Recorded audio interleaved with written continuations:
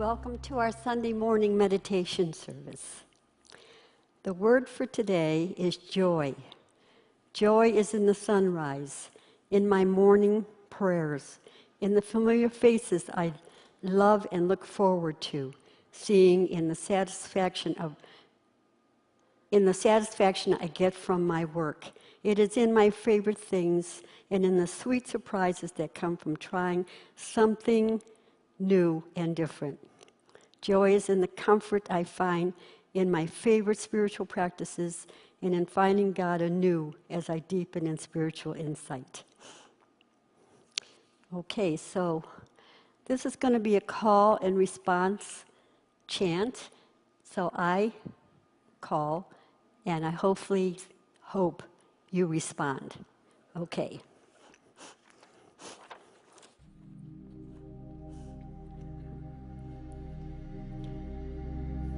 Open my eyes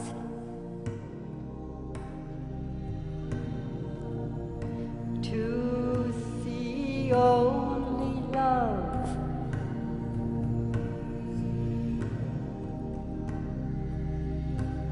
Illuminating love.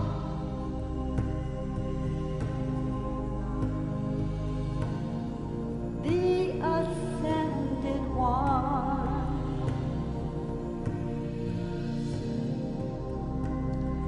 All I have to do is remember.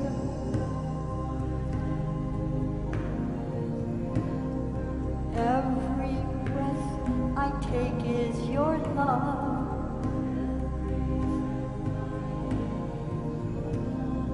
All I have to do is remember.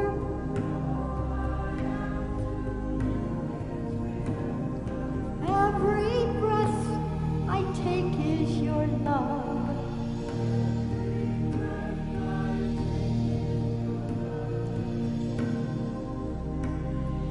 Open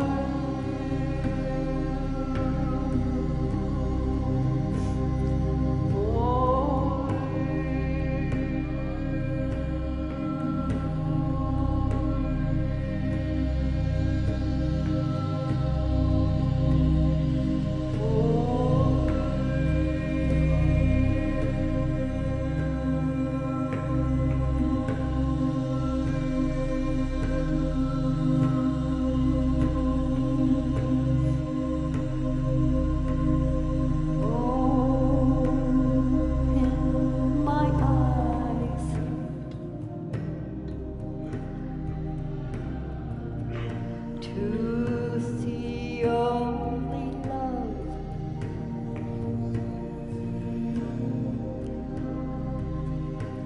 illuminating love,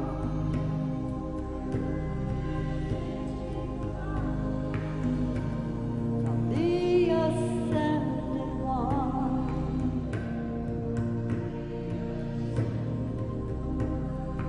All I have to do is remember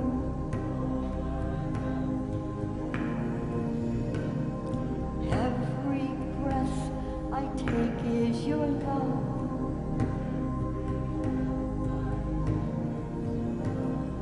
All I have to do is remember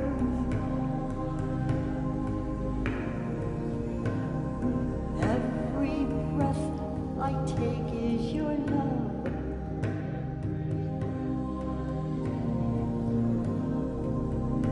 Oh, in my heart,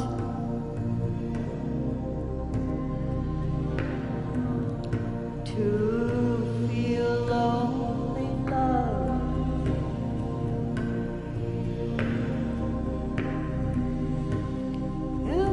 illuminating love,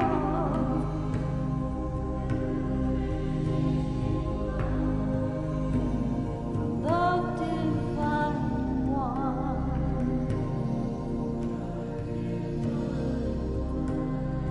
All I have to do is remember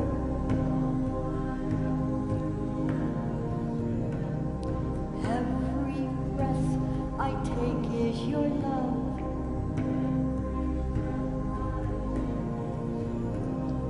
All I have to do is remember every breath I take is your love.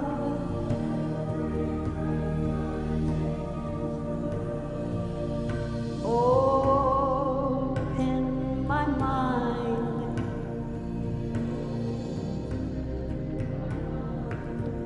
to be only love,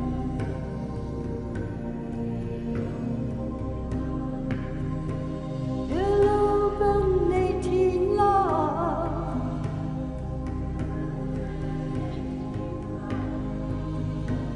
from the beloved one.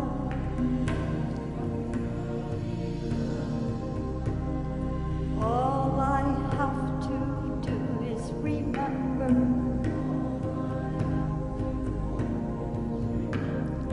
every breath I take is your love.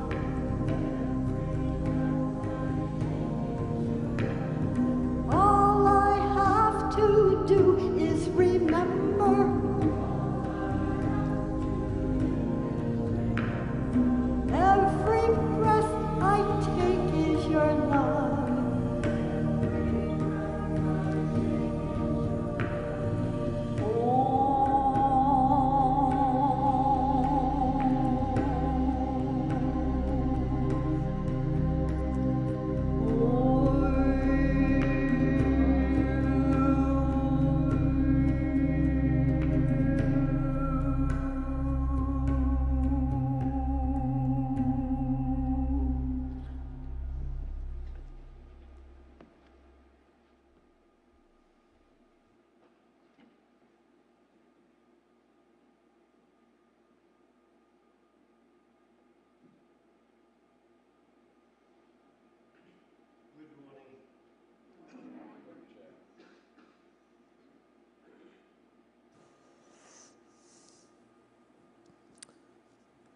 Let's let's begin with this quote. Can we have this first PowerPoint, please?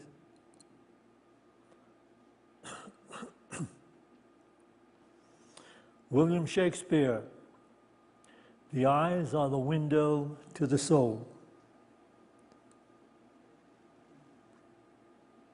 Do you believe that a person's eyes reveal the conditions of the person's soul? You ought to think about it. I've been fascinated with eyes for many, many, many years. Even before I went into the ministry, I was always fascinated by, especially by people with beautiful eyes. And when I say beautiful eyes, I'm not relating it from a perspective of some romantic element in which the eyes are part of the whole idea of being attractive sexually. When I refer to beautiful eyes, as I have been fascinated by them, is that they are bright and unthreatened. Bright, unthreatened eyes, eyes without stress or worry. And quite often you'll see this in young people. Certainly children have that, but I was always interested in people of all ages that had what I consider beautiful eyes, eyes that were revealing a certain light and peace that is somewhat extraordinary. When I see this in a young person in the teens or 20s or 30s, and by the way, there's not a lot of them.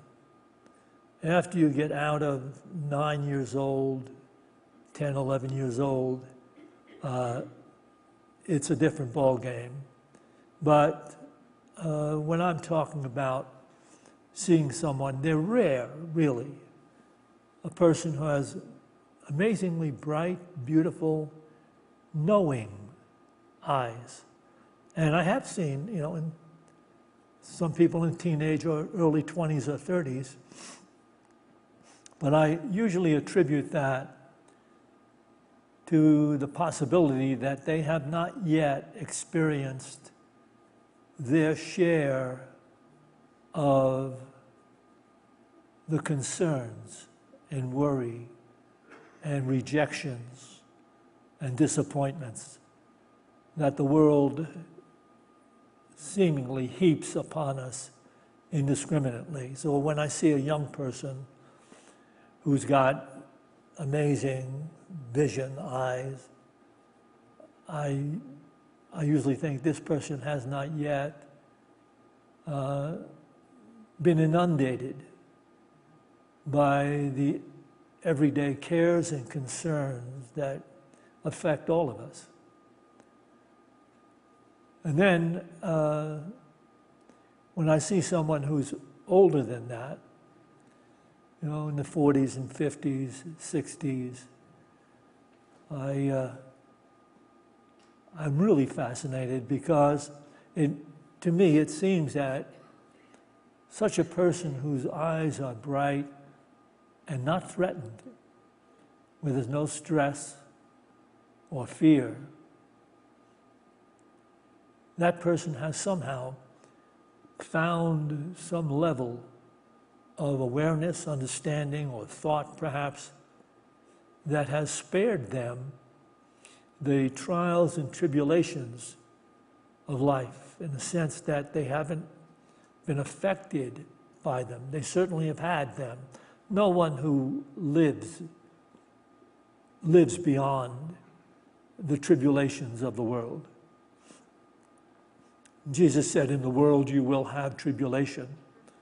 And that statement, when you look it up and understand it from the original Aramaic, means that no one, there is no person excluded from the tribulation that the world heaps on humanity. And that's by divine plan, I suppose, because it is that which causes us to have to expand our awareness. We have to learn how to deal, and that takes us to many different ways we attempt to handle the tribulation of the world. And not very many people achieve a grand, enlightened level of awareness, who haven't met the greatest tribulations. But when I see somebody like that, it's almost on a rare occasion, I actually will. If I'm at the airport and I happen to see somebody like that, I will go up to them and say something about, what they're up to, or ask them their profession, start a conversation. But I don't do that very often. I mean, I'm just tired of being arrested for it. So, I know of someone and have met someone who I speak to almost on a regular basis, not on a regular basis, but every couple of weeks, who has the most amazing, beautiful, bright eyes, not threatened at all, and someone who actually exudes a stressless countenance of peace. And I've mentioned this guy to you before. He happens to be a modern-day monk who works in the produce department. I don't know if he's still in the produce department or they switch him around or something. But he works in the produce department of King Super. And I go in there when I want to do really...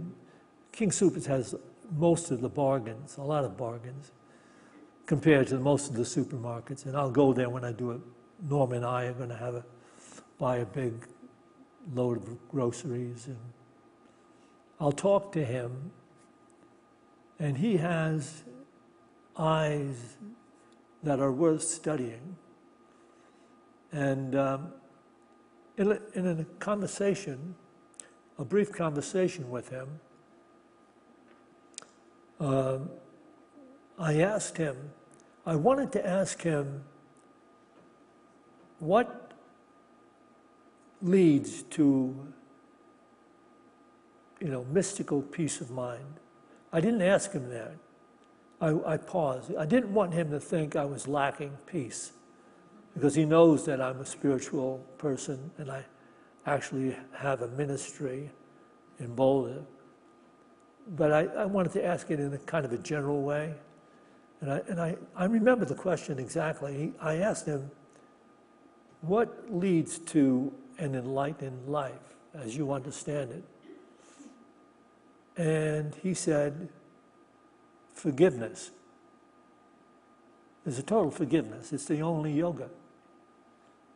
He said, whatever disturbs you, that's your teacher. This is how he said it. That's your teacher, because you haven't yet gotten to that place where you have released it. Whatever it is, forgiveness is the path and the only yoga. So that, even though this guy admittedly has never seen A Course in Miracles, I mentioned it to him, but he said, I've never heard of A Course in Miracles. He has read the Bible, and he has studied some Eastern spiritual philosophy, but never A Course in Miracles. And yet, how he said that is the essential truth that is forever propagated page after page after page in A Course in Miracles. So it's just amazing that someone who I found, basically I only started talking to this guy because of his eyes. I saw him in the store and I said, what is this guy into? And I had no way of knowing. He looked like he had the apron on, he's got the haircut. He's like maybe late 40s, maybe 50. And I started talking to him because he just radiated that from his eyes, something extraordinary. And since I've had conversations with him, brief conversations, he doesn't have the kind of time for us to stand around and talk for long periods of time. He's He works. And so the fact that he's speaking the ultimate necessary, life-transforming truth required by the entire human race to survive, and has never read A Course in Miracles, is in itself a phenomenon. Let's take a look at this first PowerPoint. Consider this.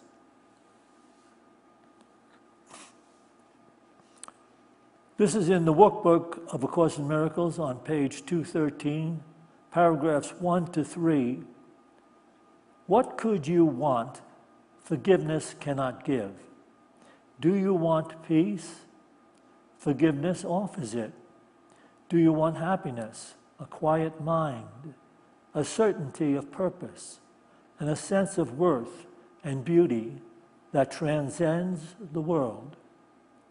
Do you want care and safety, and the warmth of sure protection always?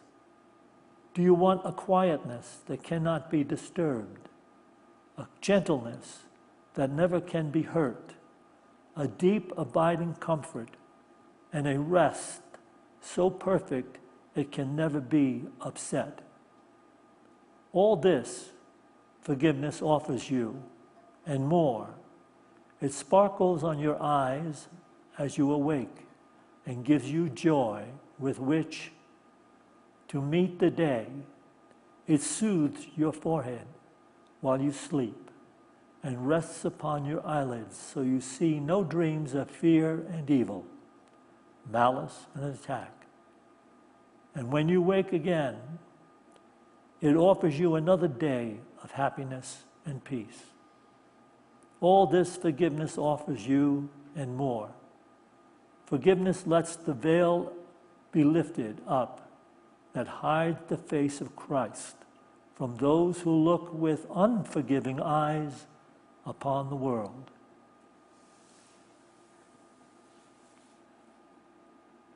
When Helen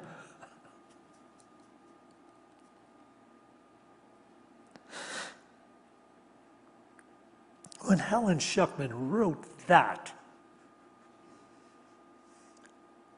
the room had to be just blazing with light. Angels dancing around her. As this truth being brought into the world, I mean, you can find it mentioned, related to in the Bible, but you cannot ever get anything as beautifully expressed as this so necessary truth.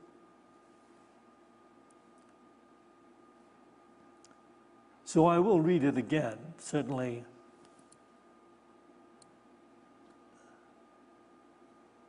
So read this in your workbook if you're ever having a time that you think you can't handle it. What could you want forgiveness cannot give? Do you want peace? Forgiveness offers it. Do you want happiness? A quiet mind, a certainty of purpose, and a sense of worth and beauty that transcends the world? Do you want care and safety, and the warmth of sure protection always? Do you want a quietness that cannot be disturbed, a gentleness that can never be hurt, a deep abiding comfort, and a rest so perfect it can never be upset? All this forgiveness offers you, and more. It sparkles on your eyes as you awake and gives you joy with which to meet the day.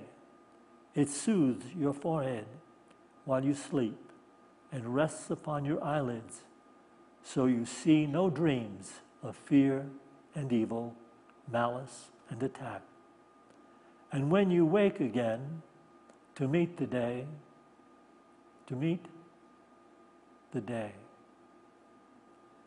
It offers you another day of happiness and peace.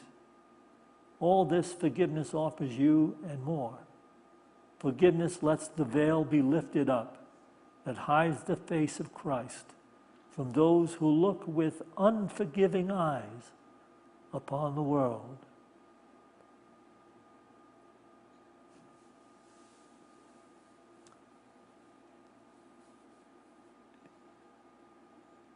You could say, in a sense, that is the epitome, the absolute, clear, cogent, perfect epitome of the life-transforming truth that every human being must one day embrace.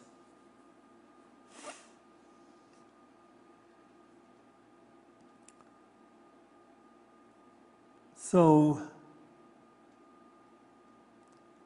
today we have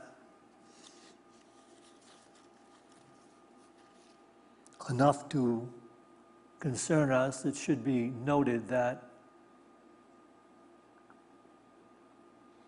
the Master Eckhart Tolle spoke about the times in which we live, never using the term the end days, the end times, but saying that we are in those times when the entire world will go crazy. Those are his words. The entire world will go crazy.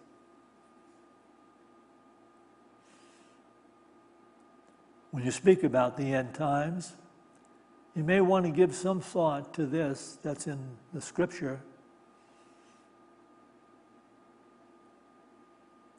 It says that when you see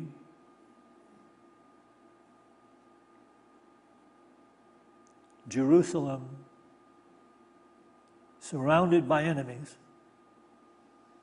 you will know the end is near.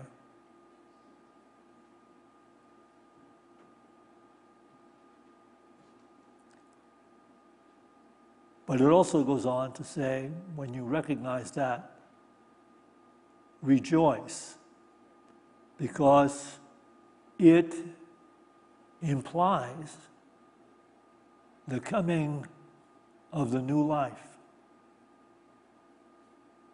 So take joy in the coming of the new life.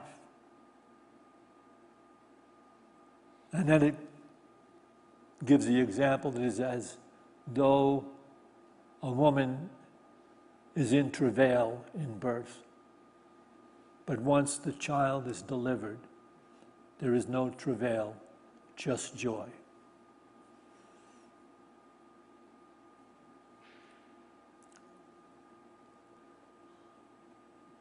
You know, when I think about it,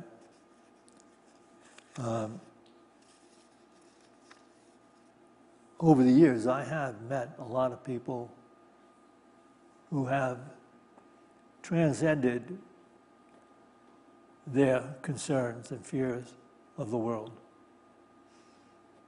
People have reported to me that even in some of the times when I speak about forgiveness, as I'm speaking about it now, people have said they felt they found their enlightened path. And that has been mentioned to me over the years, but one dramatic event that took place in the Spruce Street Church, which is now that beautiful entertainment center. But in that particular church, when I spoke about this truth regarding forgiveness, there had been a woman that had been attending for a couple of weeks, and they would have to, because we had steps that came up to the entrance of the church, we used to have our ushers would have to lift up the chair and bring her in to the church, and then she would sit to the side of one of the pews. That was for several weeks. And then when I gave this talk about forgiveness,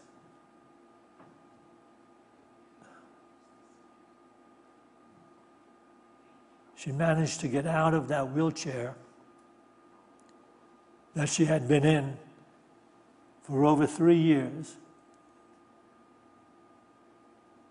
and made her way with the help of one of the ushers back to my office after the service.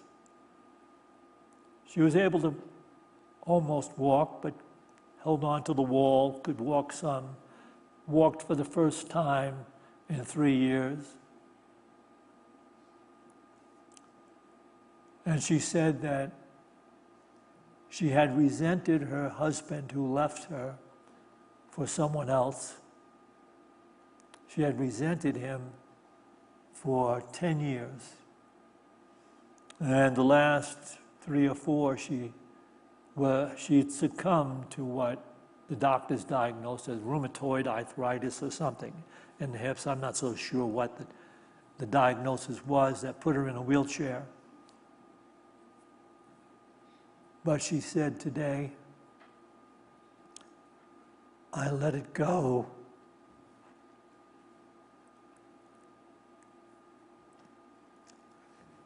I let it all go.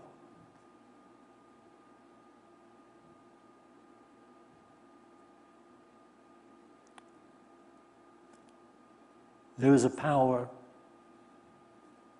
in the truth.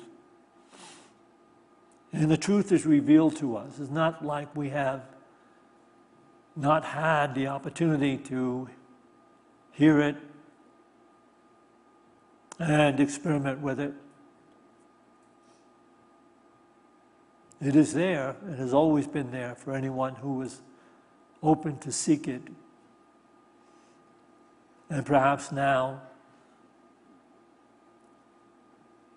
more importantly than any other time, in maybe this country, maybe just this country, which for a long time represented the beacon of light. To some degree, of course, it's never fully represented the ultimate integrity required by true statesmen. We have a few, very few indeed, statesmen. People are beguiled by money and power and the world itself. It's not that the masters of life haven't said this to us, not that Jesus hadn't pointed it out,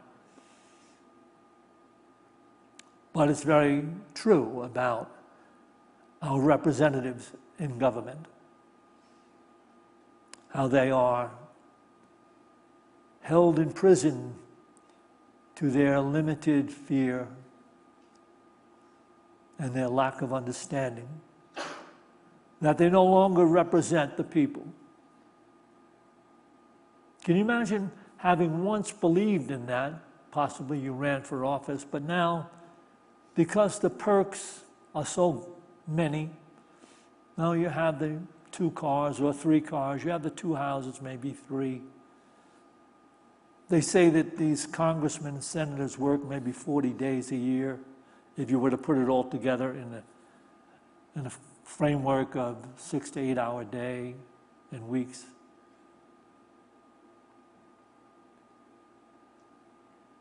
And look at what we're facing now. A test of whether or not truth will survive in our country.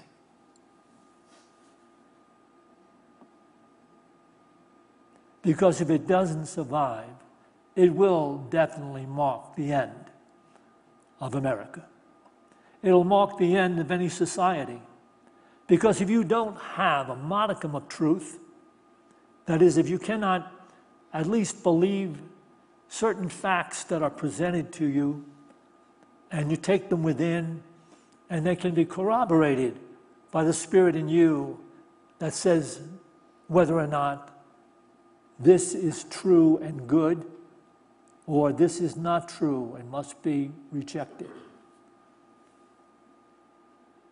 I say to you that that is what is on the table.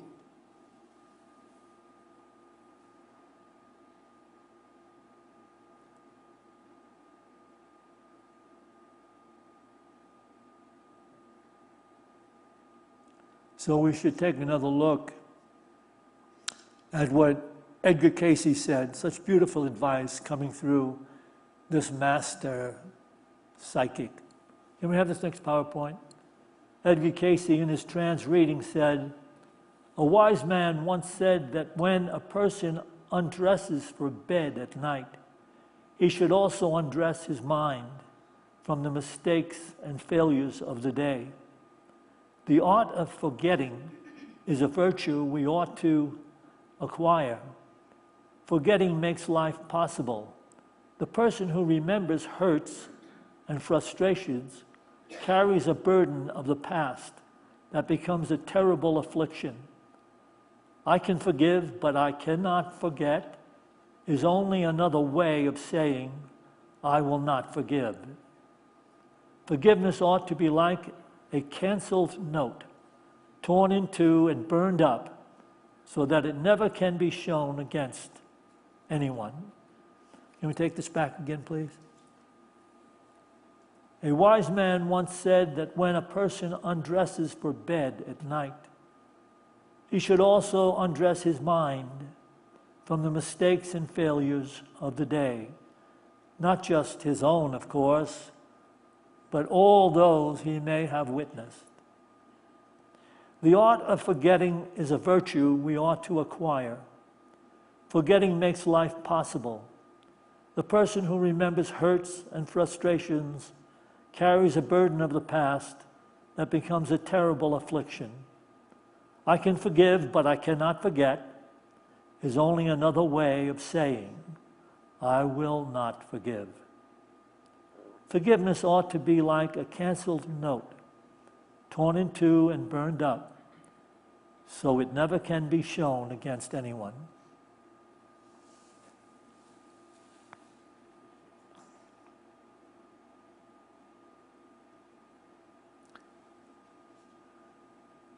When you think about how down through the ages such truths have been expressed, and so many people have rejected them, especially those who have been blessed and have been given opportunities to be in leadership positions. A lot of them came into those leadership positions out of their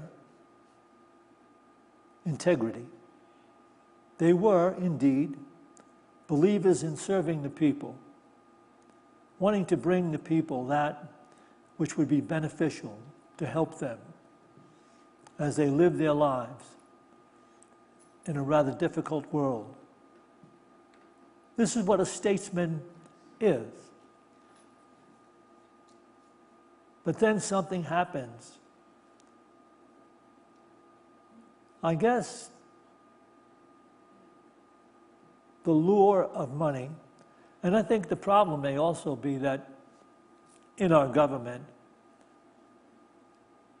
it is almost part of it that you can find ways to make a lot of money, knowing what decisions are being made by the government. And maybe that's too much of a temptation. I don't know. I don't speak directly politically. I'm not given to do that. I'm not legally, I suspect, allowed to do that. But I think I can get away with it without ever mentioning anyone's name. Did I get away with it today? Raise your hand if you think I got away with it today.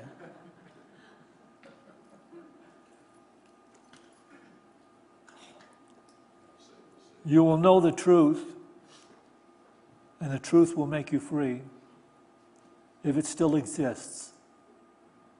Only if it still exists. So this final PowerPoint will be the one I will use to conclude the service.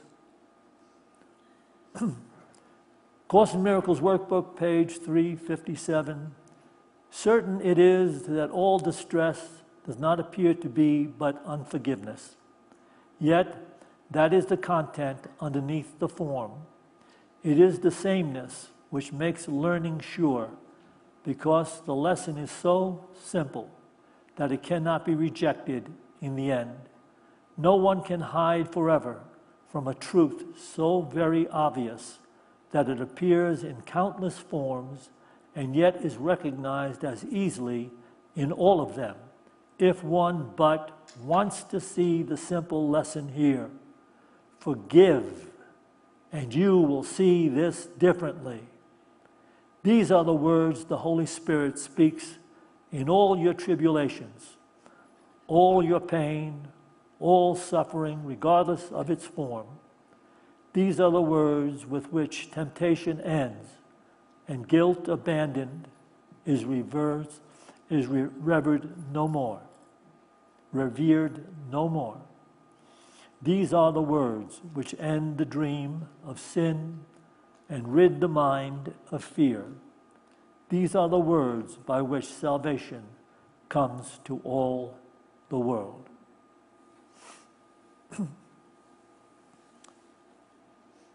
We'll take some time to meditate together now. Meditate and take a couple of deep breaths.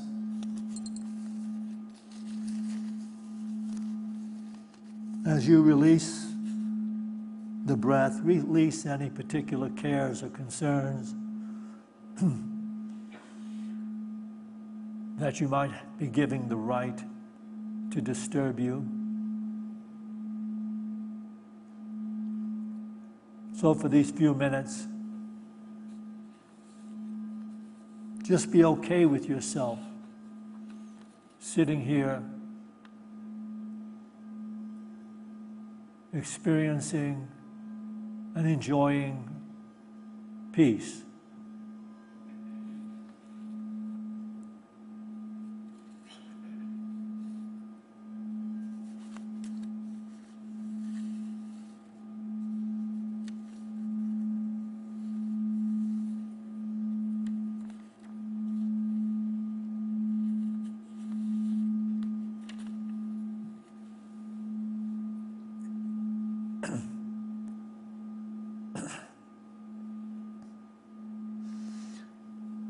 What will help is bringing the mind into gentle focus on this particular truth. And it's okay if distracting thoughts come in. Just let them come, let them go. Return your awareness to this truth.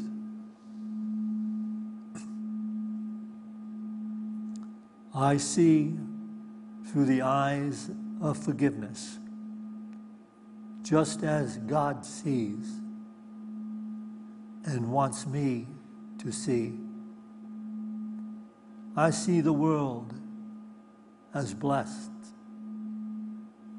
for the world is the mirror of my mind.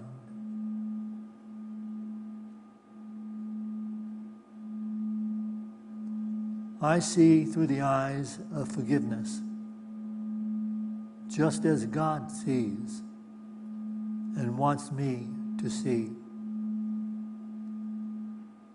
I see the world as blessed, for the world is the mirror of my mind.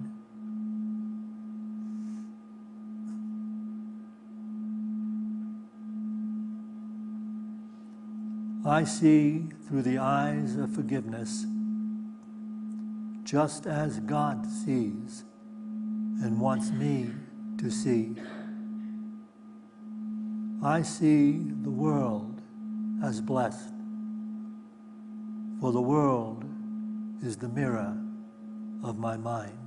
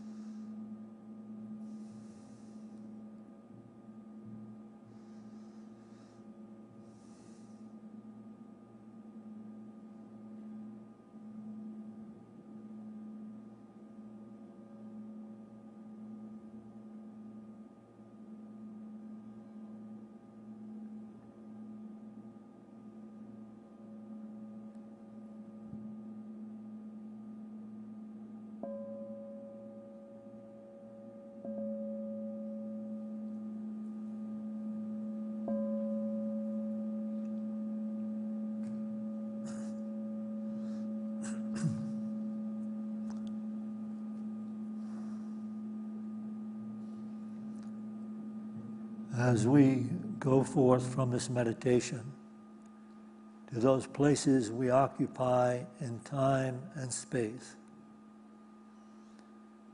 Let us go forth with a greater devotion to the truth.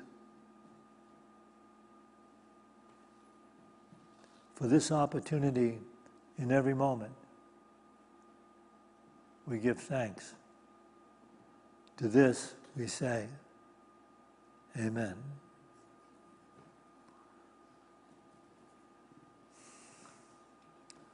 We will take an offering for unity now.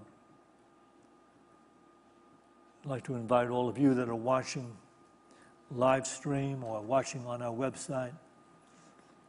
You can scroll down on live stream to the place that says donate, or on our website to the right, or in any number of ways right here, you can give to Unity of Boulder and support the truth that is being shared. My thanks goes out every week to those who are recurring tithers, who give a certain amount every month from their credit card. So you can sign up to do that. It doesn't have to be a lot of money, but it helps us kind of figure out what we have to work with. There's a lot of things we need to have done, and we just have to budget what we can do. So thank you for being a recurring tither. And now we can just bring into the mind, into our hands, that gift we'd like to make to Unity of Boulder. And let's bless it with this offering prayer. Divine love, through me, blesses and multiplies all that I have, all that I give, and all that I receive, because I give. And so it is.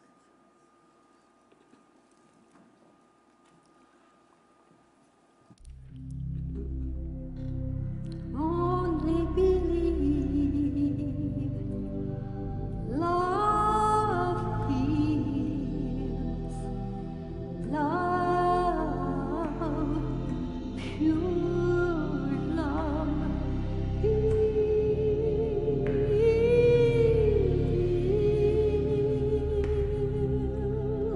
Only believe, love heals, love, pure love heals.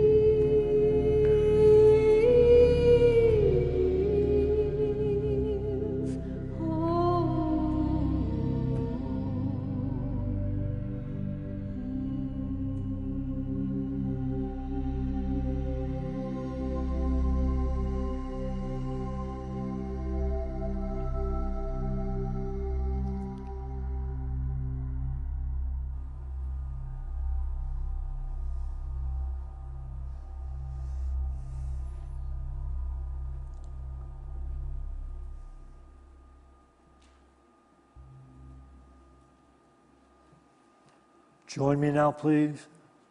We dedicate this tithe to the will and the work of the Spirit of truth, the Spirit available to each of us, the Spirit that joins all of us. We dedicate this tithe to the victory of the Spirit of truth. Amen. So we will have our usual discussion group in Fellowship Hall. There are refreshments over there. You can take some tea or cookies, and I'll be over there if you want. If there's anything you want to discuss regarding this particular talk or anything to do with unity, it's just an open discussion. So I will be over there in 5 minutes. And to all of you, have an enlightened day. Oh, by the way, if you want to check on this talk, or if you want to hear it again, I'll be doing a second service. Since Tisha's taking a day off, unheard of, it's unheard of, taking a day off. It's your birthday. for her birthday. How dare her? But in any case, I will be doing the talk at 11 o'clock. So if you want to, stick around.